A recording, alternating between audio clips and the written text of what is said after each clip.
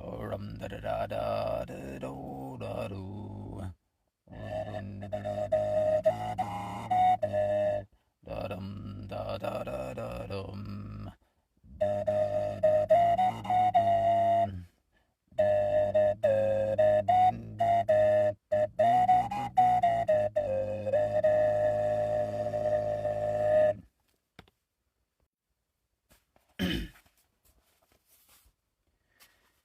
Chapter 8.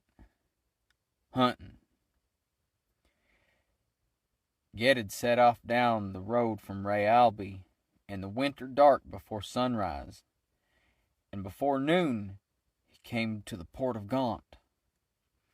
Ogion had given him decent Gauntish leggings, and shirt and vest of leather and linen to replace his Oscilian finery. But Ged had kept for his winter journey the lordly cloak lined with Palawi fur. So cloaked, empty-handed but for the dark staff that matched his height, he came to the land gate, and the soldiers lounging against the carven dragons there did not have to look twice at him to see the wizard. They drew aside their lances and let him enter without question, and watched him as he went on down the street. On the quays and in the house of the Sea Guild, he asked of ships that might be going out north or west to Enlad, Andrade, or Enea. All answered him that no ship would be leaving Gaunt port now, so near sun return. And at the Sea Guild, they told him that even fishing boats were not going out through the armored cliffs in the untrustworthy weather.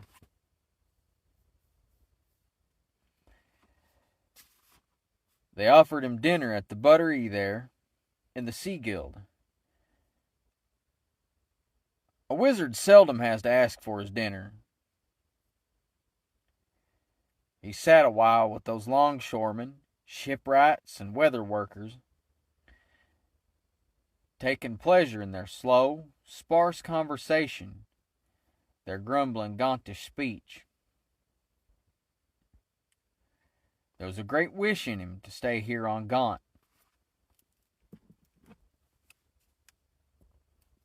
and foregoing all wizardry and venture, forgetting all power and awe and horror,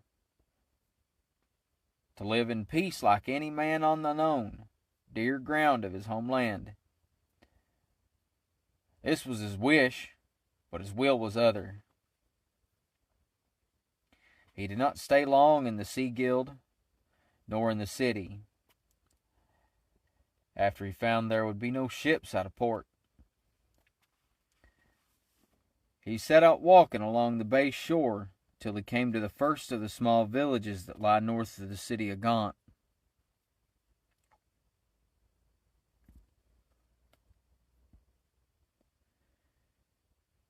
And there he asked among the fishermen till he found one that had a boat to sell. The fisherman was a dour old man. His boat, 12 foot long and clinker built, was so warped and sprung as to be scarce seaworthy. Yet he asked a high price for her. The spell of sea safety for a year laid on his own boat, himself, and his son. For Gauntish fishermen fear nothing, not even wizards, only the sea. That spell of sea safety which they set much store by in the northern archipelago never saved a man from storm wind or storm wave, but cast by one who knows the local seas and the ways of a boat and the skills of the sailor. It weaves some daily safety about the fisherman. Ged made the charm well and honestly, working on it all that night and the next day, omitting nothing, sure and patient, though all the while his mind was strained with fear and his thoughts went on dark paths, seeking to imagine how the shadow would appear to him next, and how soon, and where. When the spell was made whole and cast, he was very weary. He slept that night in the fisherman's hut in a whale gut hammock, and got up at dawn smelling like a dried herring, and went down to the cove under Cut North Cliff, where his new boat lay. He pushed it into the quiet water by the landing, and water began to well softly into it at once. Stepping into the boat light as a cat, Ged set straight the warped boards and rotten pegs, working both with tools and incantations, as he had used to do with Pechvari and Low Tornin. The people of the village gathered in silence, not too close, to watch his quick hands and listen to his soft voice. This job, too, he did well and patiently, until it was done and the boat was sealed and sound. Then he set up his staff that Ogion had made him for a mast, stayed it with spells, and fixed across it a yard of sound wood. Downward from this yard he wove on the wind's loom a sail of spells, a square sail, white as the snows on Gaunt Peak above. At this the women watching sighed with envy. Then standing by the mast, Ged raised up the mage wind lightly. The boat moved out upon the water, turning towards the armed cliffs across the great bay. When the silent, watching fishermen saw that leaky rowboat slip out under sail as quick and neat as a sandpiper taking wing, then they raised a cheer, grinning and stamping in the cold wind on the beach. And Ged, looking back a moment, saw them there cheering him on, under the dark, jagged bulk of the Cut North Cliff, above which the snowy fields of the mountain rose up into cloud. He sailed across the bay and out between the armed cliffs onto the Gauntish Sea, there setting his course northwestwards, to pass north of Ordanea, returning as he had come. He had no plan or strategy in this, but the retracing of his course, following his falcon flight across the days and winds from Oskill. The shadow might wander, or might come straight. There was no telling.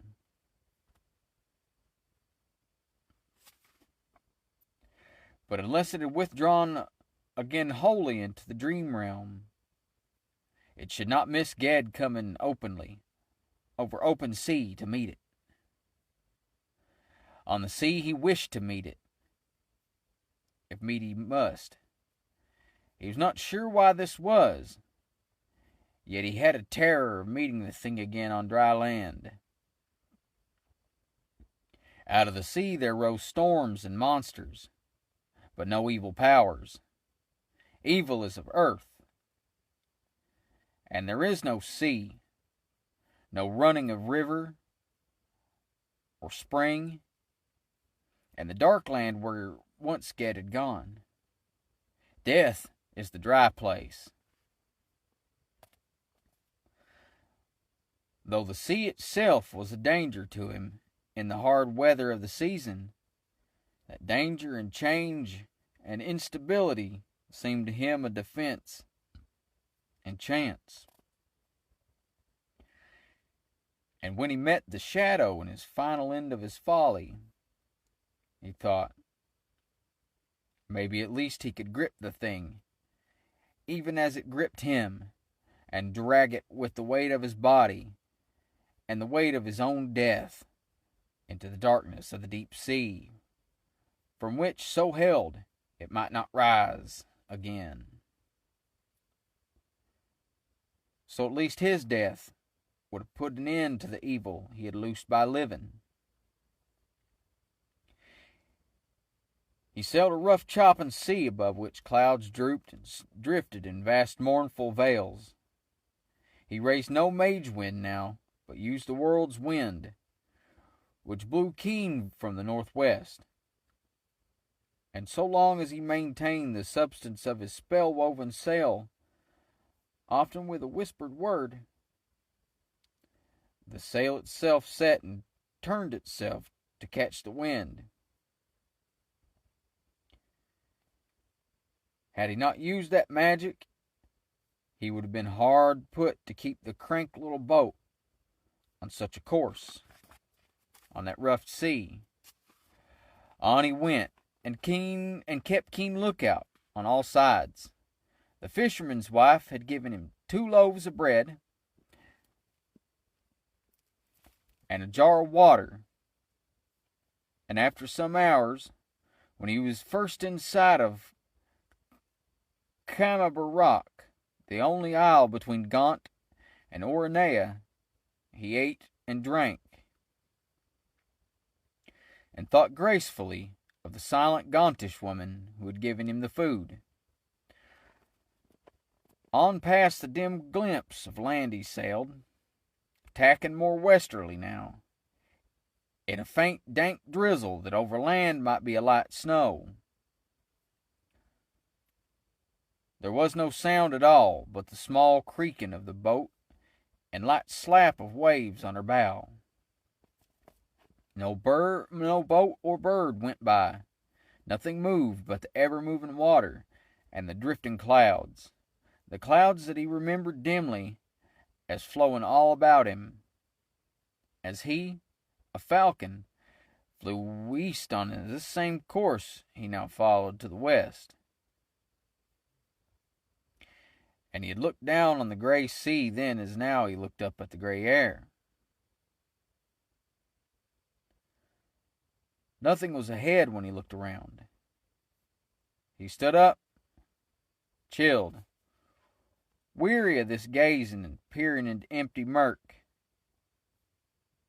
"Come then," he muttered. "Come on. What do you wait for, Shadow?" There was no answer, no darker motion among the dark mists and waves. Yet he knew more and more surely now that the thing was not far off, seeking blindly down his cold trail.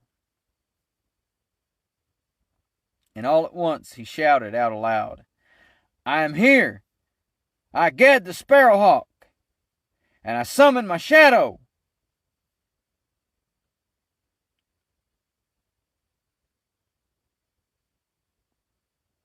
The boat creaked, the waves lisped, the wind hissed a little on the white sail. The moments went by. Still Ged waited, one hand on the yew-wood mast of his boat, staring into the icy drizzle that slowly drove in ragged lines across the sea from the north. The moments went by. Then far off in the rain over the water, he saw the shadow coming. It had done with the body of the Oscilian oarsman Skjor, and not as Gebeth did it follow him through the winds and over sea, nor did it wear that beast shape in which he had seen it on Roke Knoll and in his dreams. Yet it had a shape now, even in the daylight. In its pursuit of Ged, and in its struggle with him on the moors, it had drawn power from him. sucking it into itself. And it may be that his summoning of it, allowed in the light of day, had given to it, or forced upon it, some form and semblance. Certainly it had now some likeness to a man, though being shadow, it cast no shadow. So it came over the sea, out of the jaws of inland, towards Gaunt, a dim ill-made thing pacing uneasy on the waves, peering down the wind as it came, and the cold rain blew through it. Because it was half blinded by the day, and because he had called it, Ged saw it before him. He knew it as it knew him, among all beings, all shadows. In the terrible solitude of the winter sea, Ged stood and saw the thing he feared. The wind seemed to blow it farther from the boat, and the waves ran under it, bewildering his eye, and ever and again it seemed closer to him. He could not tell if it moved or not. It had seen him now. Though there was nothing in his mind but horror and fear of its touch, the cold black pain that drained his life away. Yet he waited, unmoving.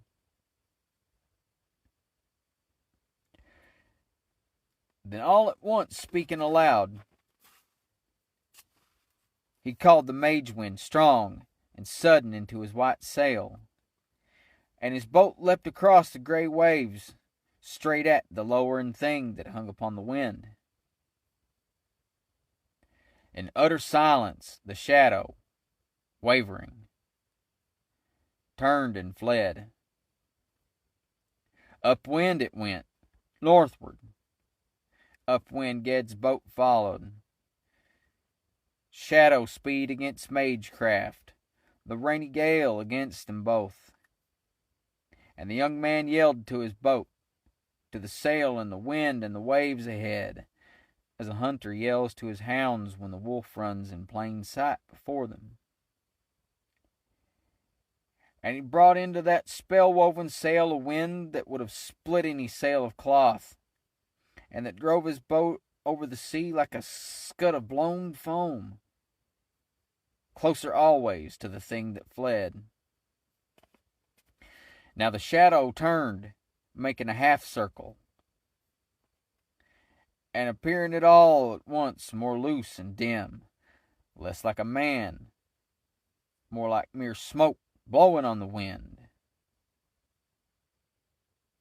It doubled back and ran downward with the gale, as if it made for Gaunt. With hand and spell, Ged turned his boat, and it leaped like a dolphin from the water, rolling in that quick turn. Faster than before he followed, but the shadow grew even fainter to his eyes. Rain, mixed with sleet and snow, came stinging across his back and his left cheek, and he could not see more than 100 yards ahead. Before long, as the storm grew heavier, the shadow was lost to sight.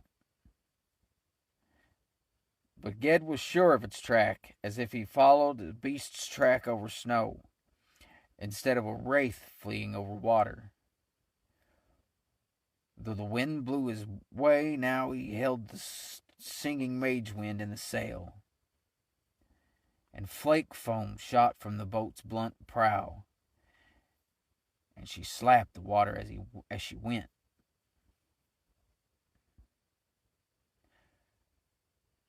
For a long time, hunted and hunter held their weird, fleet course, and the day was darkening fast. Ged knew that at the great pace he had gone these past hours, he must be south of Gaunt, heading past it toward Spevey or toward Haven. or even past these islands, out into the open reach. He could not tell. He did not care. He hunted. He followed. And fear ran before him. All at once he saw the shadow for a moment not far from him. The world's wind had been sinking, and the driving sleet of the storm had given way to a chill, ragged, thickening mist. Through this mist he glimpsed the shadow, fleeing somewhat to the right of his course. He spoke to wind and sail and turned to tiller and pursued, though again it was a blind pursuit.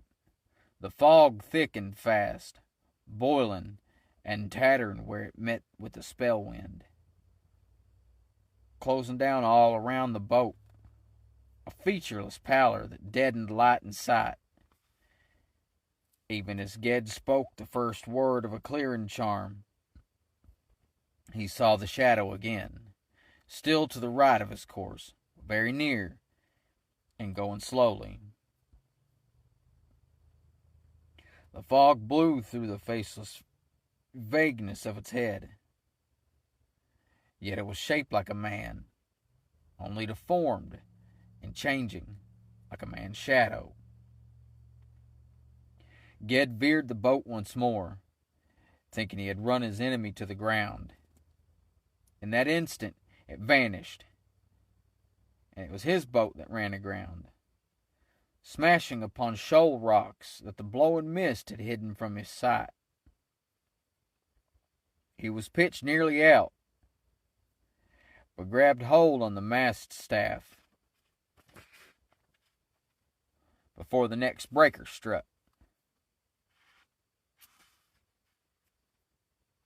This was a great wave, which threw the little boat up and out of the water and brought her down on a rock, as a man might lift up and crush a snail's shell.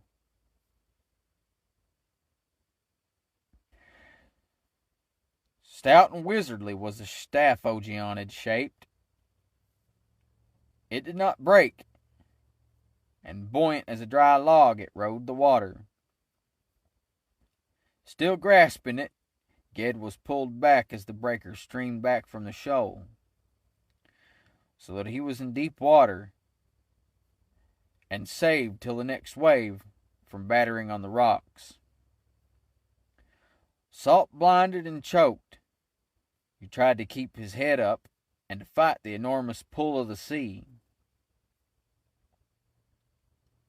There was sand beach a little aside of the rocks. He glimpsed this a couple of times as he tried to swim free of the rising of the next breaker. With all his strength, and with the staff's power aiding him, he struggled to make for that beach. He got no nearer. The surge and recoil of the swells tossed him back and forth like a rag, and the cold of the deep sea drew warmth fast from his body, weakening him till he could not move his arms.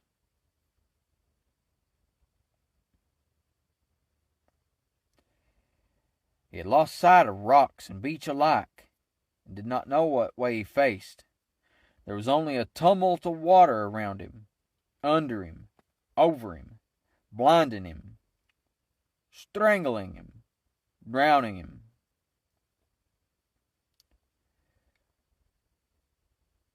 A wave swelling in under the ragged fog took him and rolled him over and over, and flung him up like a stick of driftwood on the sand. There he lay. He still clutched the yew-wood staff with both hands. Lesser waves dragged at him, trying to tug him back down the sand in their outgoing rush, and the mist parted and closed above him, and later a sleety rain beat on him. After a long time he moved. He got up on hands and knees and began slowly crawling up the beach, away from the water's edge. It was black night now, but he whispered to the staff, and a little werelight clung about it. With this to guide him, he struggled forward, little by little, up the dunes, up towards the dunes. He was so beaten and broken and cold that this crawling through the wet sand and the whistling, sea-thundering dark was the hardest thing he had ever had to do. And once or twice it seemed to him that the great noise of the sea and the wind all died away, and the wet sand turned to dust under his hands.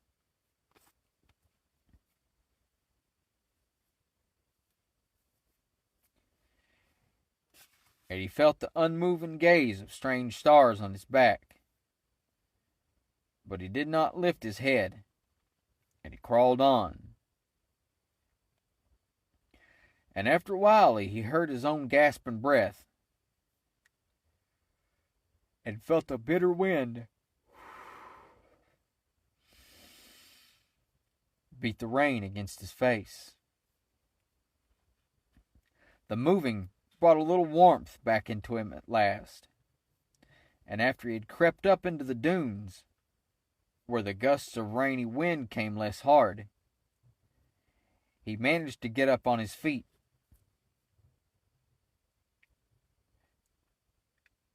He spoke a stronger light out of the staff, for the world was utterly black. And then leaning on the staff, he went on, stumbling and halting, half a mile or so inland. Then on the rise of a dune he heard the sea, louder again.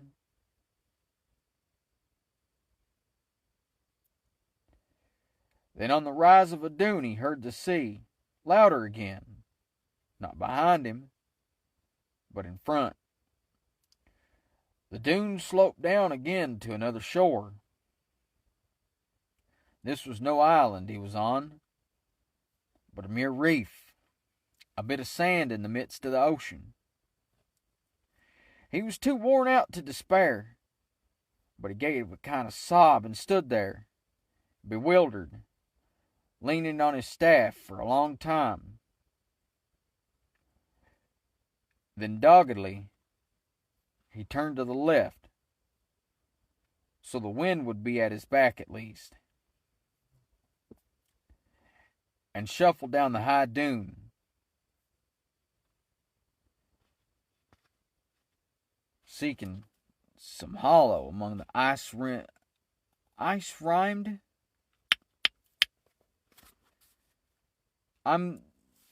It must be ice-rimmed. Some hollow among the ice-rimed. I've never seen that. Ice-rimed. I know I've read this. I did the recon run on this, but still, I'm just now noticing this again. Ice rime? R-I-M-E-D. Not rimmed, because that would indicate a circular thing. But still, ice rhymed? Is that like a cousin somehow? This is a cousining between rim and ream? Is that how you say that when something is triangular shaped, but it's got not a rim of ice? Anyway, the ice-rimed bowing seagrass.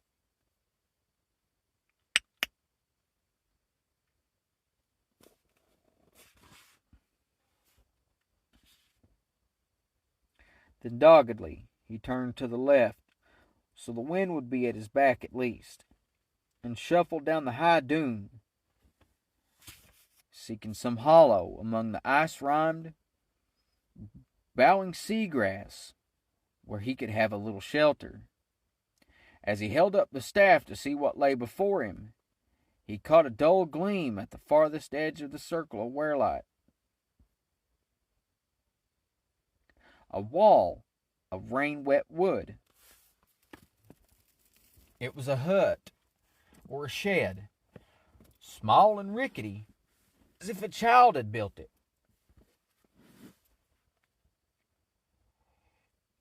Ged knocked on the low door with his staff. It remained shut. Ged pushed it open and entered, stooping nearly double to do so. He could not stand up straight inside the hut.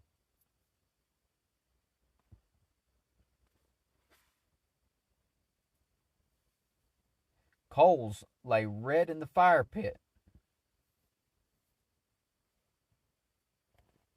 and by their dim glow, Ged saw a man with white, long hair, crouched in terror against the far wall.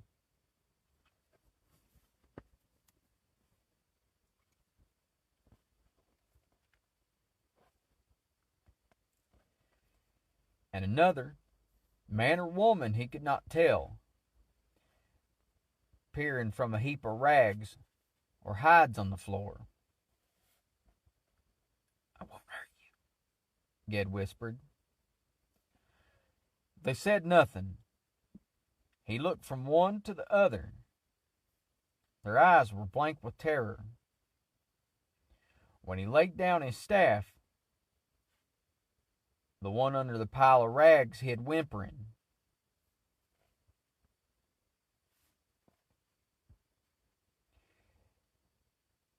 Ged took off his cloak that was heavy with water and ice, stripped naked, and huddled over the fire pit.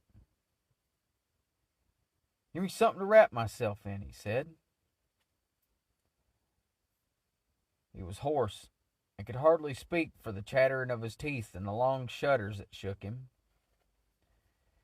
If they heard him, neither of the old ones answered.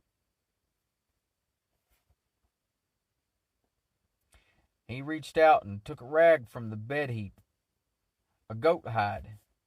It might have been years ago, but it was all tatters and black grease. The one under the bed heap moaned with fear, but Ged paid no heed. He rubbed himself dry and then whispered, "Have you wood? Build up the fire a little, old man. I come to you in need. I mean you no harm."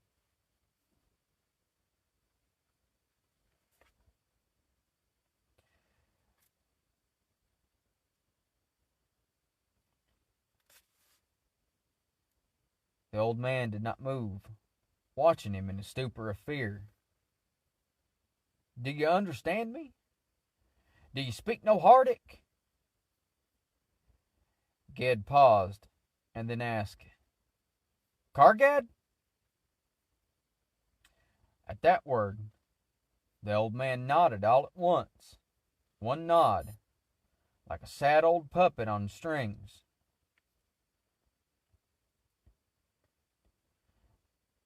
But as it was the only word Ged knew in the Kargish language, it was the end of their conversation.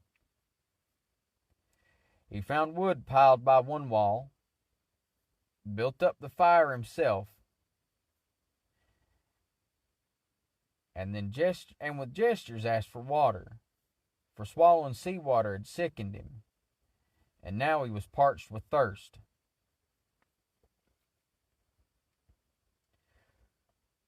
Cringing, the old man pointed to a great shell that held water, and pushed towards the fire another shell in which were strips of smoke-dried fish. So cross-legged, close by the fire, Ged drank and ate a little, and as some strength and sense began to come back into him, he wondered where he was. Even with the mage wind, he could not have sailed clear to the Kargad lands. This islet must be out in the reach, east of Gaunt, but still west of Carrigo Ott. It seemed strange that people dwelt on so small and forlorn a place. A mere sandbar. Maybe they were castaways. But he was too weary to puzzle his head about them then. He kept turning his cloak to the heat. The silvery Pulawi fur dried fast, and as soon as the wool of the facing was at least warm, if not dry, he wrapped himself in it and stretched out by the fire pit. "Go to sleep, poor folk," he said to his silent hosts, and laid his head down on the floor of sand and slept. 3 nights he spent on the nameless isle. For the first morning when he woke, he was sore in every muscle, and feverish and sick. He lay like a log of driftwood in the hut by the fire pit all that day and night. The next morning he woke stiff and sore, but recovered. He put back on his salt-crusted clothes, for there was not enough water to wash them, and going out into the gray, windy morning, looked over his place whereto the shadow had tricked him. It was a rocky sandbar a mile wide at its widest, and a little longer than that, fringed all about with shoals and rocks. No tree or bush grew on it, no plant but the Bowen seagrass. The hut stood in a hollow of the dunes, and the old man and woman lived there alone in the utter desolation of the empty sea. The hut was built, or piled up rather, of driftwood planks and branches. Their water came from a little brackish well beside the hut. Their food was fish and shellfish, fresh or dried, and rockweed. The tattered hides in the hut, and a little store of bone needles and fish hooks, and the sinew for fish lines and fire drill, came not from goats as Ged had thought at first, but from spotted seal. And indeed this was the kind of place where seal will go to raise their pups in summer. But no one else comes to such a place. The old ones feared Ged not because they thought him a spirit, and not because he was a wizard, but only because he was a man. They had forgotten that there were other people in the world.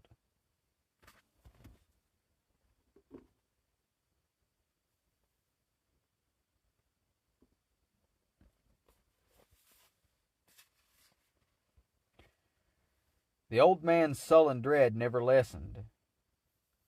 When he thought Ged was coming close enough to touch him, he would hobble away, peering back with a scowl around his bush of dirty white hair. At first the old woman had whimpered and hidden under her rag pile whenever Ged moved, but as he had laid and dozing feverishly in the dark hut, he saw her squatting to stare at him with a strange, dull, yearning look. And after a while, she had brought him water to drink. When he sat up to take the shell from her, she was scared and dropped it, spilling all the water.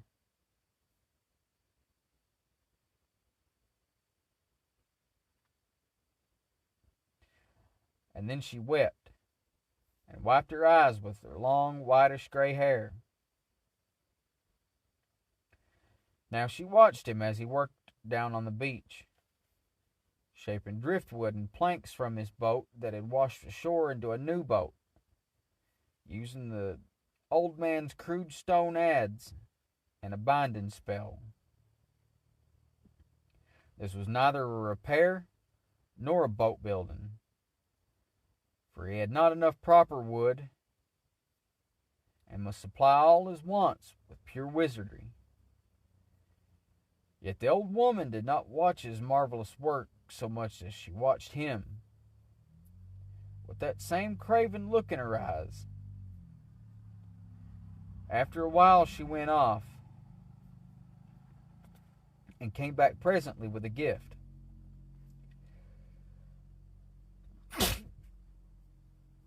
Yeah.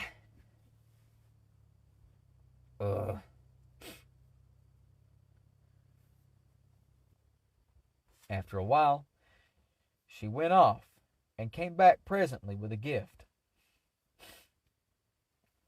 A handful of mussels she had gathered on the rocks. Ged ate them as she gave them to him, sea wet and raw, and thanked her. Seeming to gain courage, she went to the hut and came back with something again in her hands, a bundle wrapped up in a rag. Timidly, watching his face all the while, she unwrapped the thing and held it up for him to see.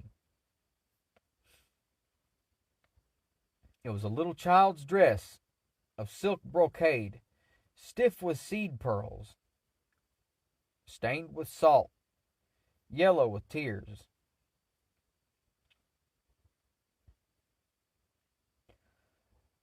On the small bodice, the pearls were worked in a shape Ged knew, the double arrow of the god brothers of the Kargad Empire, surmounted by a king's crown.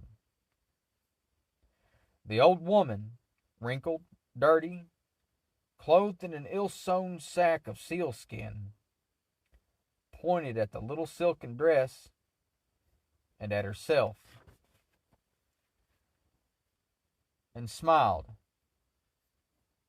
a sweet, unmeaning smile, like a baby's.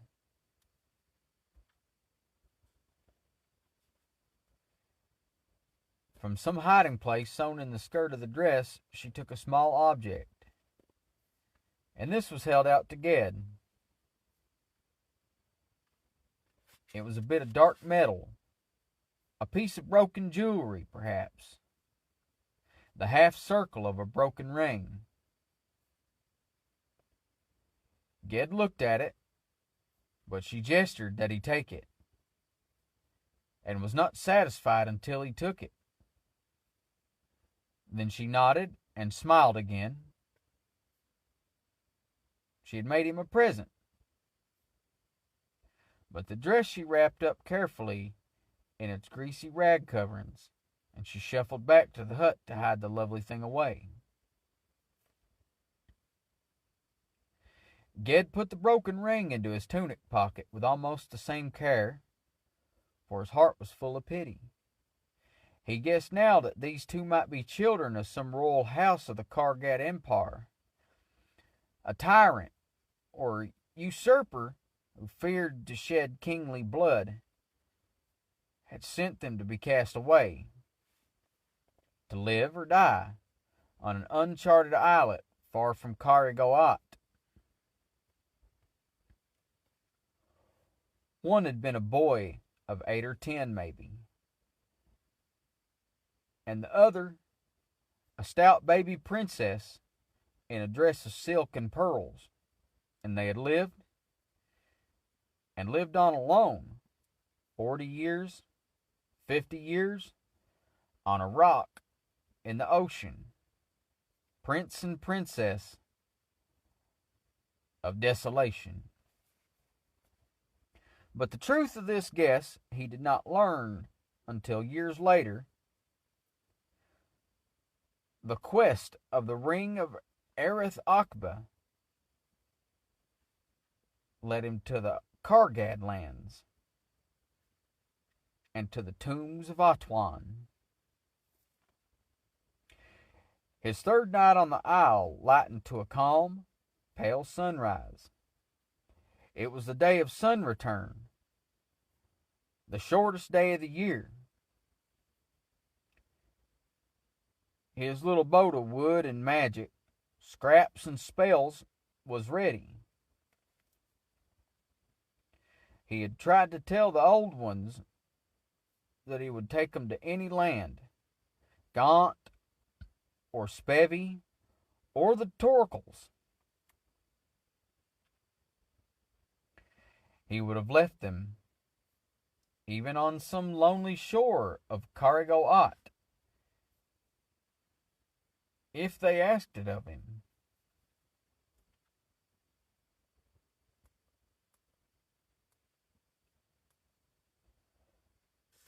Though Cargish waters were no safe place for an archipelagan to venture. But they would not leave their barren isle.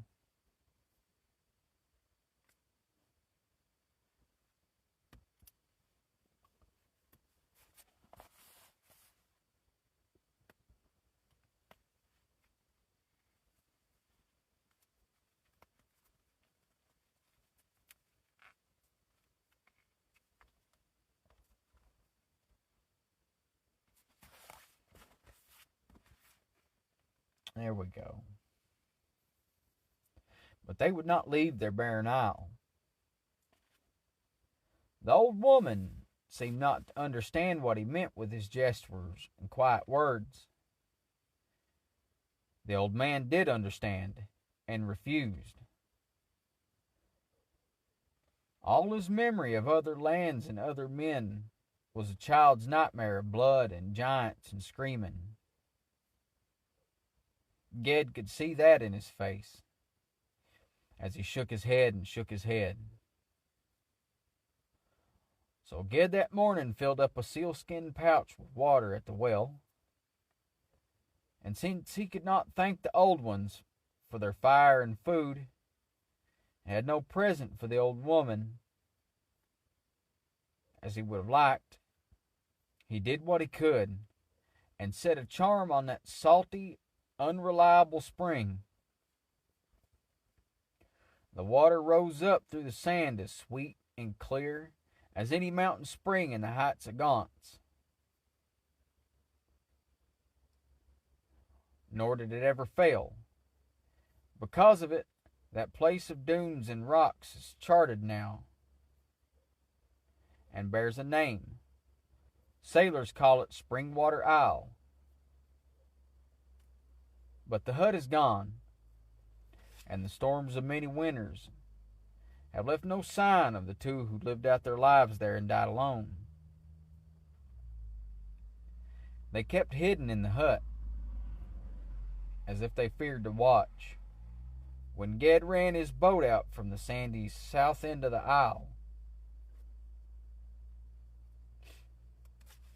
He let the world's wind, steady from the north, fill his sail of spellcloth,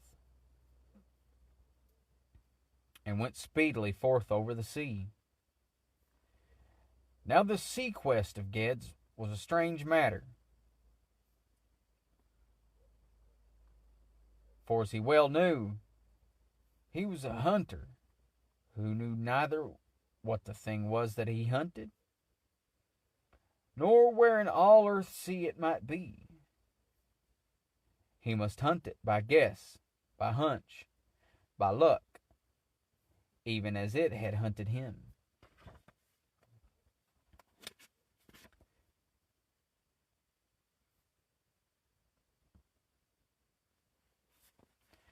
Each was blind to the other's being. Ged is baffled by the impalpable shadows, as the shadow was baffled by daylight and by solid things. One certainty only Ged had, that he was indeed the hunter now, and not the hunted.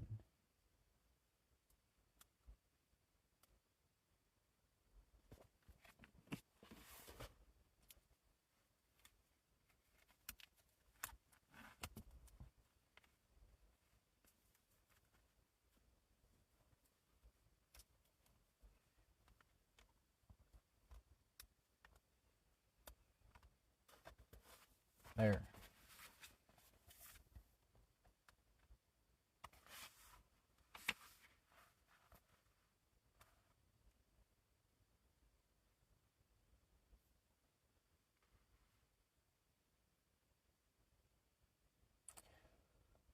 For the shadow, having tricked him onto the rocks, might have had him at its mercy all the while he lay half dead on the shore and blundered in darkness in the stormy dunes.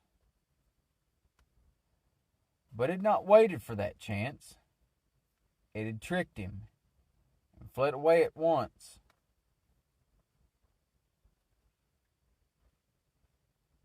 Not daring now to face him. And this he saw that Ogion had been right. The shadow could not draw on his power so long as he was turned against it.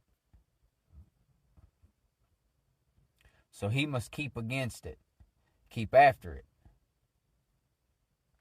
Though its track was cold against these wide seas, and he had nothing at all to guide him but the luck of the world's wind blowing southward, and a dim guess or notion in his mind that south or east was the right way to follow.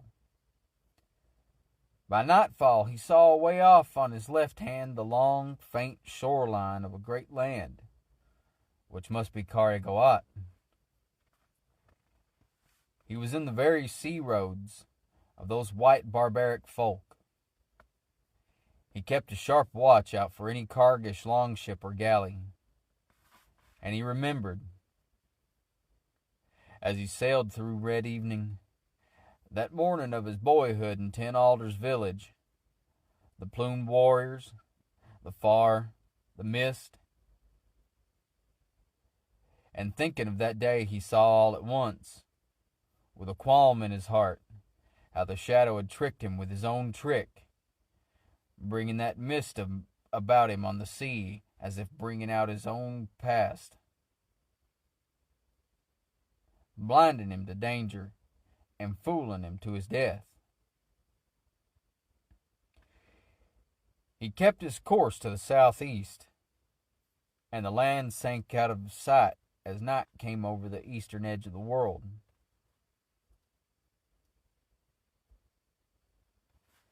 The hollows of the waves all were full of darkness, while the crest shone yet with a clear ruddy reflection of the west. Ged sang aloud the winter carol, and such cantos of the deed of the young king as he remembered, for those songs are sung at the festival of sun return. His voice was clear.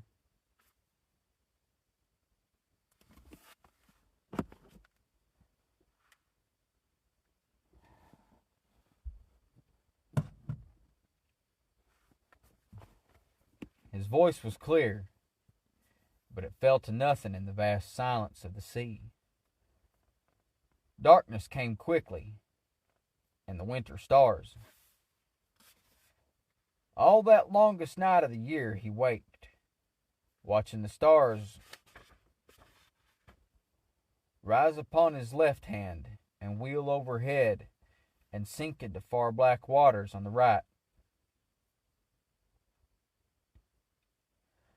while always the long wind of winter bore him southward over an unseen sea. He could sleep for only a moment now and then, with a sharp awakening. This boat he sailed was in truth no boat, but a thing more than half charm and sorcery, and the rest of it mere planks and driftwood,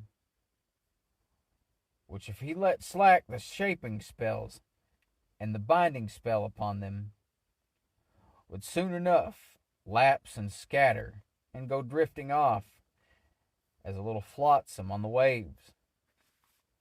The sail, too, wove of magic, and the air would not stay long against the wind if he slept, but would turn to a puff of wind itself. Ged's spells were cogent and potent, But when the matter on which spells works is small, the power that keeps them working must be removed from moment to moment. So he slept not that night. He would have gone easier and swifter as falcon or dolphin. But Ogeon had advised him not to change his shape, and he knew the value of Ogeon's advice. So he sailed southward under the west-going stars, and the long night passed slowly until the first day of the new year brightened all the sea.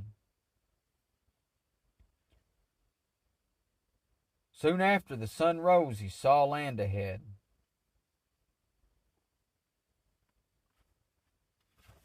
But he was making little way towards it. The world's wind had dropped with daybreak. He raised a light mage wind into his sail to drive him towards that land.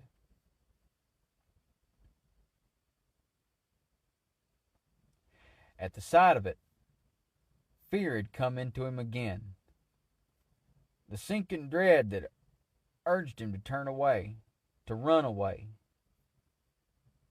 And he followed that fear as a hunter follows the signs, the broad, blunt, clawed tracks of the bear that may at any moment turn on him from the thickets. For he was close now. He knew it. It was a queer-looking land that loomed up over the sea as he drew nearer and nearer. What had from afar seemed to be one sheer mountain wall was split into several long, steep ridges, separate islets perhaps,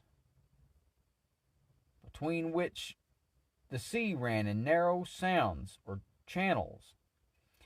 Ged had pored over many charts and maps in the tower of the master namer on Roke.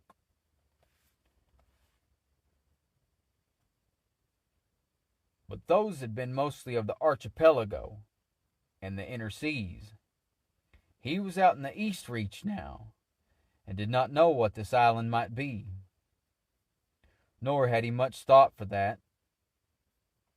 It was fear that lay ahead of him, that lurked hiding from him or waiting for him among the slopes and forests of the island. And straight for it he steered. Now the dark forest-crowned cliffs gloomed and towered high over his boat, and spray from the waves that broke against the rocky headlands blew spattering against his sail, as the mage wind bore him between two great capes into a sound, a sea lane that ran on before him deep into the island, no wider than the length of two galleys.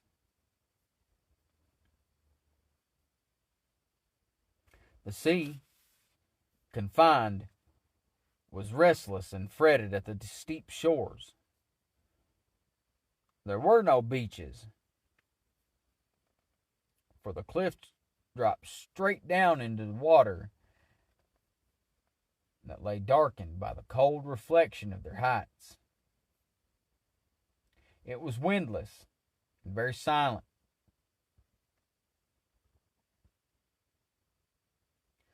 The shadow had tricked him out onto the moors in Oskill, and tricked him into the mist onto the rocks.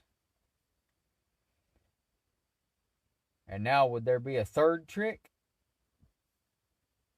Had he driven the thing here, or had it drawn him here, into a trap? He did not know. He knew only the torment of dread, and the certainty that he must go ahead and do what he had set out to do. Hunt down the evil. Follow his terror to its source. Very cautiously he steered, watching before him and behind him, and up and down the cliffs on either hand. He had left the sunlight of the new day behind him on the open sea. All was dark here, The opening between the headlands seemed a remote, bright gateway when he glanced back.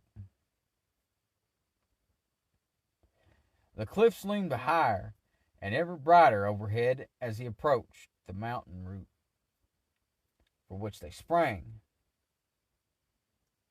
and the lane of water grew narrower. He peered ahead to the dark cleft, and left and right up the great, cavern-pocked, boulder-tumbled slopes where trees crouched with their roots half in air. Nothing moved. Now he was coming to the end of the inlet, a high, blank, wrinkled mass of rock against which, narrowed to the width of a little creek, the last sea waves lapped feebly. Fallen boulders and rotten trunks and the roots of gnarled trees left only a tight way to steer. A trap, a dark trap, under the roots of the silent mountain, and he was in the trap. Nothing moved before him or above him. All was deathly still. He could go no further. He turned the boat around, working her carefully round with spell and with makeshift oar, lest she knock up against the underwater rocks or be entangled in the outreaching roots and branches, till she faced outward again, and he was about to raise up a wind to take him back as he had come, when suddenly the words of the spell froze on his lips, and his heart went cold within him. He looked back over his shoulder. The shadow stood behind him in the boat. Had he lost one instant? He had been lost. But he was ready and lunged to seize and hold the thing which wavered and trembled there within arm's reach. No wizardry would serve him now, but only his flesh, his life itself, against the unliving. He spoke no word, but attacked, and the boat plunged and pitched from his sudden turn and the lunge, and the pain ran up his arms into his breast, taking away his breath, and an icy cold filled him. And he was blinded. Yet in his hands that seized the shadow, there was nothing. Darkness. Air. He stumbled forward, catching the mast to stay his fall, and light came shooting back into his eyes. He saw the shadow shudder away from him and shrink together, then stretch hugely up over him, over the sail, for an instant. Then like black smoke on the wind it recoiled and fled, formless, down the water toward the bright gate between the cliffs. Ged sank to his knees. The little spell-patched boat pitched again, rocked itself to stillness, drifting on the uneasy waves. He crouched in it, numb, unthinking, struggling to draw breath, until at last cold water welling under his hands warned him that he must see to his boat, for the spells binding it were growing weak. He stood up, holding him onto the staff he made the mast, and rewove the binding spell as best he could. He was chilled and weary. His hands and arms ached sorely, and there was no power in him. He wished he might lie down there in that dark place where sea and mountain met and slept, asleep on the restless, rocking water. He could not tell if his weariness were sorcery laid on him by the shadow as it fled, or came of the bitter coldness of its touch, or was from mere hunger and want of sleep and expense of strength. But he struggled against it, forcing himself to raise up a light mage wind into the sail, and followed down the dark seaway where the shadow had fled. All terror was gone. All joy was gone.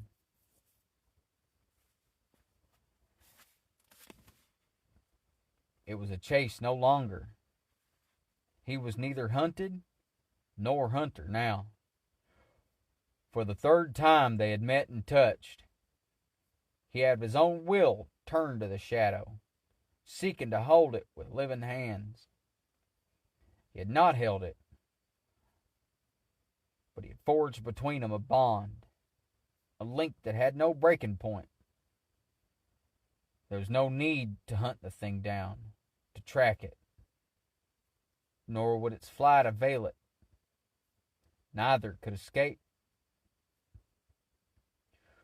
When they had come to the time and place for their last meeting, they would meet. But until that time, and elsewhere than that place, there would never be any rest or peace for Ged, day or night, on earth or sea. He knew now. And the knowledge was hard, that his task had never been to undo what he had done, but to finish what he had begun. He sailed out from between the dark cliffs, and on the sea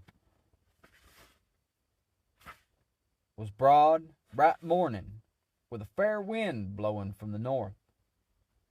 He drank what water he had left in the sealskin pouch, and steered around the westernmost headland until he came into a wide strait between it and a second island lying to the west. Then he knew the place, calling to mind sea charts of the East Reach. These were the Hands, a pair of lonely isles that reached their mountain fingers northward toward the Kargad lands. He sailed on between the two, and as the afternoon darkened with storm clouds coming up from the north, he came to shore on the southern coast of the West Isle. He had seen there was a little village there, above the beach where a stream came tumbling down to the sea. And he cared little what welcome he got if he could have water, fire's warmth, and sleep. The villagers were rough, shy people, awed by a wizard's staff, wary of a strange face, but hospitable to one who came alone, over sea, before a storm. They gave him meat and drink in plenty, and the comfort of firelight, and the comfort of human voices speaking his own Hardic tongue. And last and best, they gave him hot water to wash the cold and saltness of the sea from him, and a bed where he could sleep. Thank you. Thank you.